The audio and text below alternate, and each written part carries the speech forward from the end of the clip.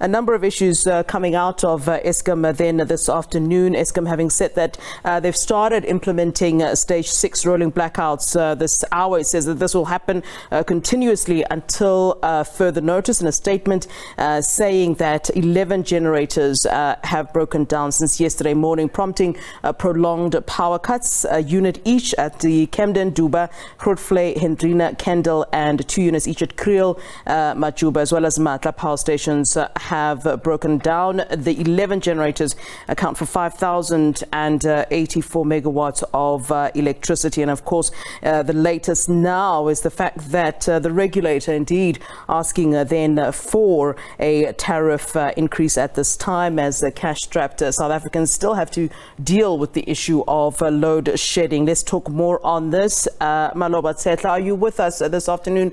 Hi, and thank you for joining us. Hi, good afternoon. Thank you for having me. You're most welcome. So let's talk about Eskom's intensification to stage 6 load shedding. More units breaking down, as they've indicated. What does this then say about, the fact that we're constantly hearing about these broken down units? We're constantly hearing about maintenance issues. Why are these issues not being fixed? I wish I could give a simple answer to that. I think that is a very pertinent question, and maybe to follow on from that is to really look into the maintenance plan that the utility has been doing over the past couple of years to try and see what in fact has been done and what the outcome of that maintenance work has been, and probably also interesting to look at, how much has been spent on it, especially with tariff increase requests. It's anybody's guess at this moment, but that is a very pertinent question that we need to put to the utility. Yeah, and tomorrow Nersa will announce if it will or won't grant Eskom a 32% tariff increase. Are tariff increases justified or justifiable for Eskom at this time?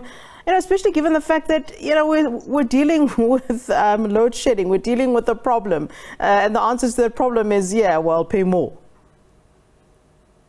Yes, I think when you look at it at surface level, the logic doesn't make sense at all. Increasing prices on a service that is decreasing.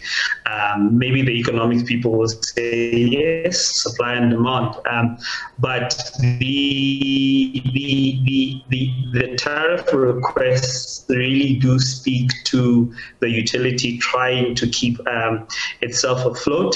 And again, I think South Africans need to be brought into the confidence of the utility in terms of what exactly are the line items that make up these tariff requests, right? Is this because of the maintenance works, or is this now going to the compounding debt that the utility has? And perhaps to get a bit more clarity in terms of what is the actual plan to handle Eskom's debt at this moment. Because as you can imagine, the less it's able to sell of electricity, the less it's able to service the debt that it has, and the increase in that debt itself. So, there's a lot that needs to be answered in terms of what is the plan, and maybe from that we can get a sense of that these tariff increases actually do speak to achieving that plan. But I think for me at this moment, it's really about what is that maintenance program and what are the outcomes of it. I think we'll hear a lot of questions around should some of those power stations just be closed down if we're fixing them more than they're actually giving us power. Yeah, and Mr. Tshehla, Eskom being moved to the Energy Department, what is your reaction to that? Do you think that this would help in any way, in dealing with the problems at Eskom? Will this resolve any of our issues in any way?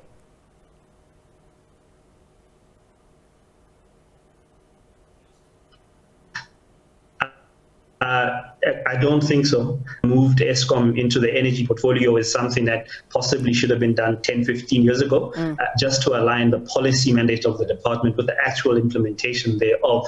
I think to do it right now doesn't solve any of the issues which have to do with technically fixing things at power stations.